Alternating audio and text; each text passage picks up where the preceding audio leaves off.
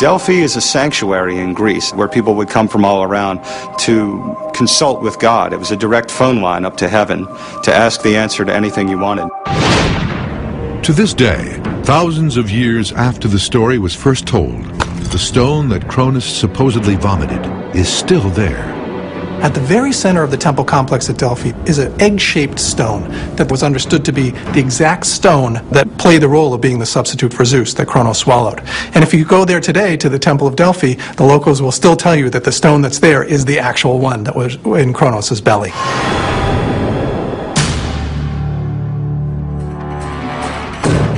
In the myth, after throwing up the sacred stone, Cronus regurgitates Zeus's 5 siblings.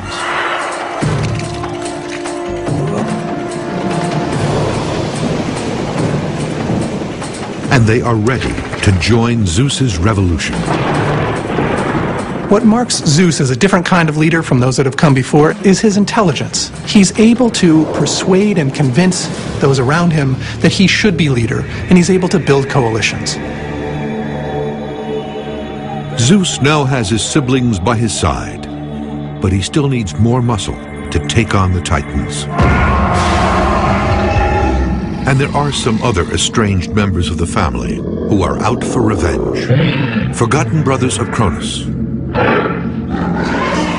The Cyclops. And the 100 Handers. But to find them, Zeus has to go to hell. Cronos had feared the powers of these 100 Handers and the Cyclopses, and he locked them down into Tartarus. Zeus knew that if he could get their power on his side, he could marshal it to his own ends. He goes down and talks to the 100 Handers and says, I will pay you great respect. And I know that my father Cronos has mistreated you. Now I've freed you, and now you owe me.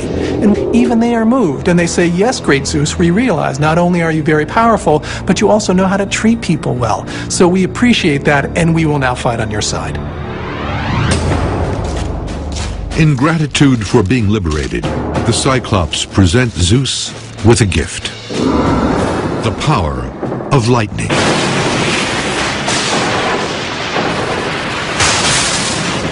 Lightning is one of the most devastatingly powerful forces in nature. When lightning arcs through the air is briefly raised to a temperature that can be more than 50,000 degrees. That's 5 times the surface temperature of the sun. The lightning bolt gives Zeus the power to rule the universe. With this lightning bolt, no one's going to be able to overthrow him.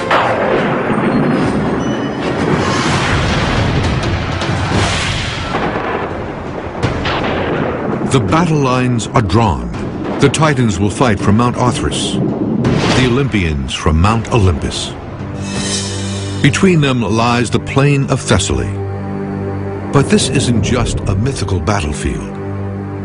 Thessaly is actually, if we take into consideration the modern map of Greece, is the central part of Greece. It's the biggest plain and the most fertile plain in Greece from ancient times to today. Thessaly has a long, bloody history, stretching from the Greco-Persian Wars of the 5th century BC to the World Wars of the 20th century AD. And it is here that the ultimate battle of the gods will play out. Armed with a weapon of mass destruction and an elite fighting force, Zeus braces for an earth-shattering battle. And to this day, a real place may still bear the scars.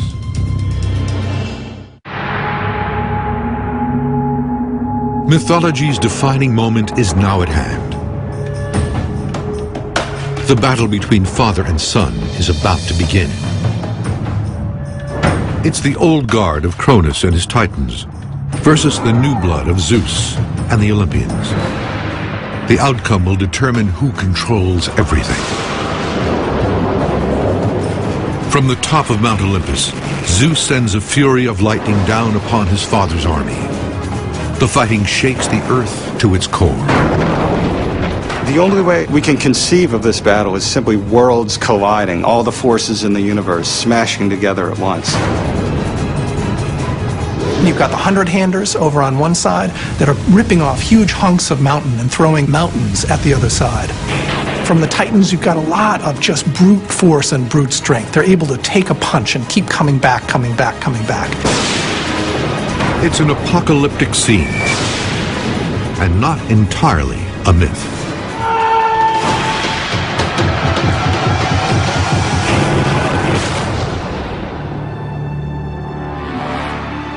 Experts have recently determined that a real event, just as frightening, actually happened in the ancient world. About 3,600 years ago, the Greek island of Santorini experienced one of the most devastating volcanic explosions ever.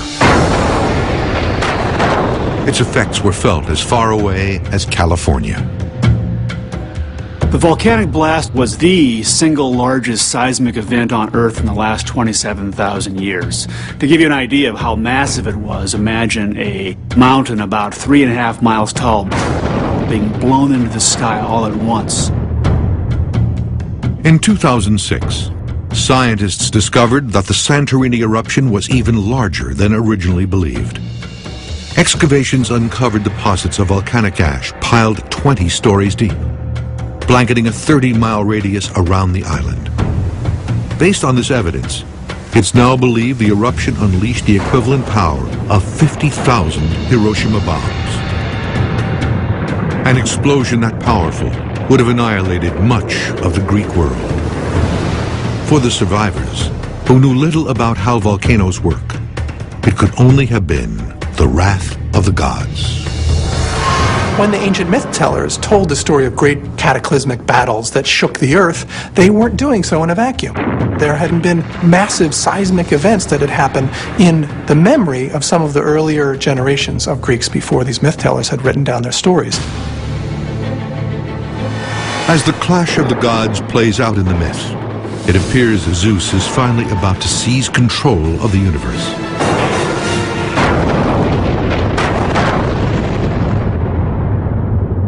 His powerful allies have tipped the balance, and the Olympians are closing in on victory. But the Titans have one last weapon at their disposal. From the depths of Tartarus, they call forth a colossal beast, Typhon.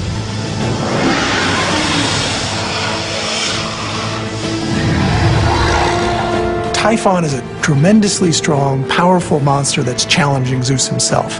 It's a last gasp effort, and the final monster, the final challenge he has to put down in order to secure his reign over the universe. It is a supernatural deathmatch, a decisive struggle between good and evil. And it will all come down to the ultimate weapon. As Zeus and Typhon are engaged in this final epic battle, Zeus eventually gets the upper hand and wins via his lightning bolt. With one final assault, Zeus drives Typhon and his Titan allies down into Tartarus, where they are damned to spend eternity in a fiery abyss.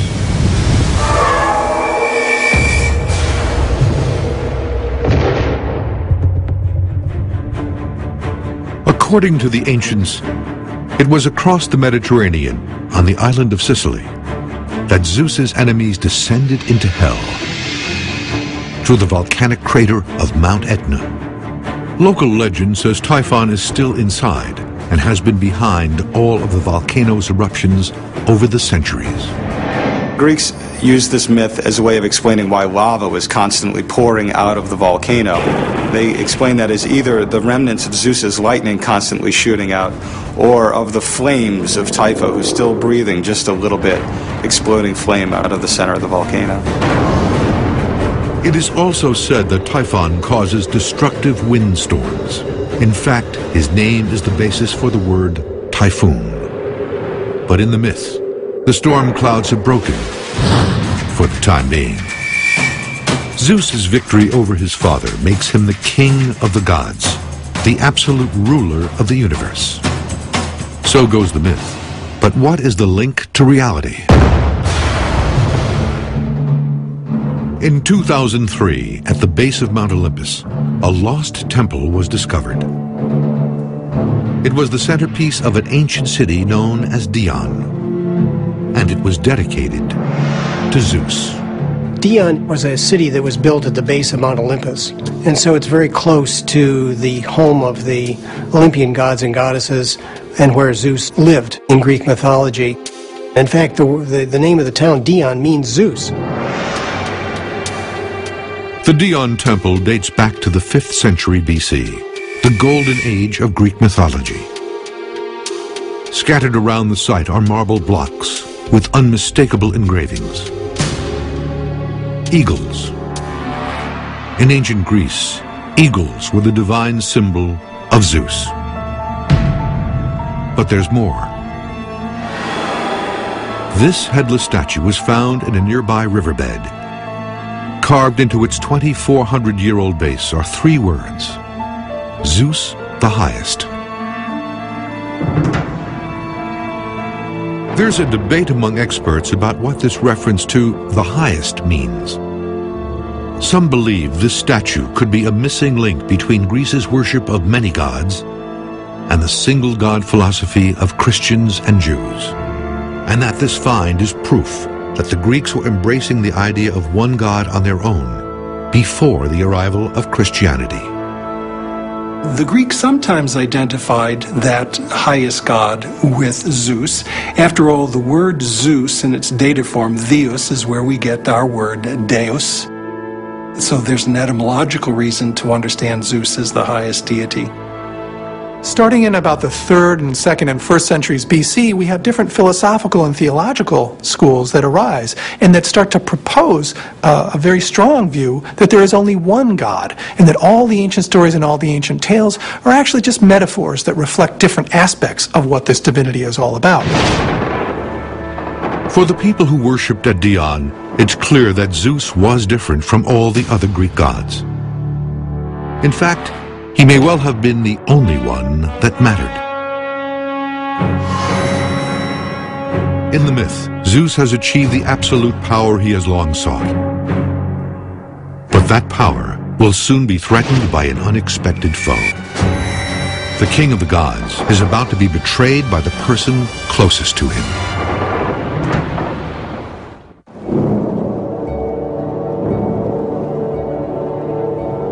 Zeus has won his epic clash with the Titans. He now sits atop Mount Olympus as king of the gods and master of mankind.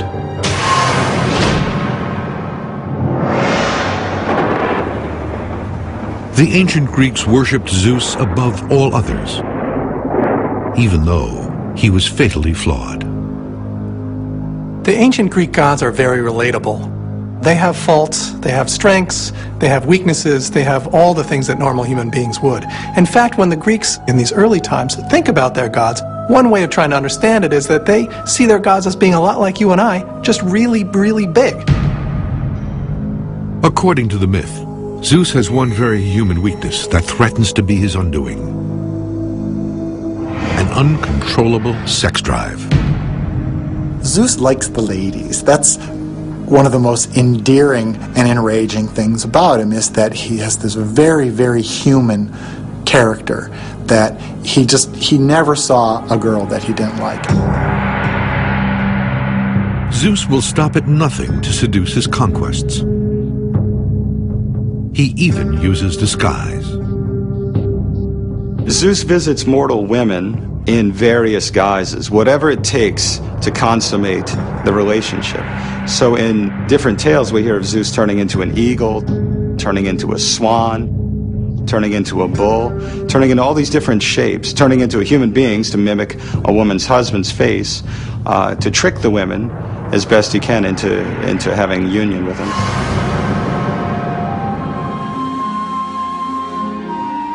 A beautiful young goddess named Metis is the first to capture Zeus's attention. He takes her as his wife. Metis is a very attractive and appealing young woman, and the quality that really sets her apart is she has practical wisdom. In fact, her name in Greek means practical wisdom. When Zeus spies her, he finds her very appealing. But Zeus's affection for Metis is overshadowed by a dark prophecy that threatens his grip on power. He is told that she will bear him a child who will one day seize his throne. Suddenly Zeus, like his father, must fear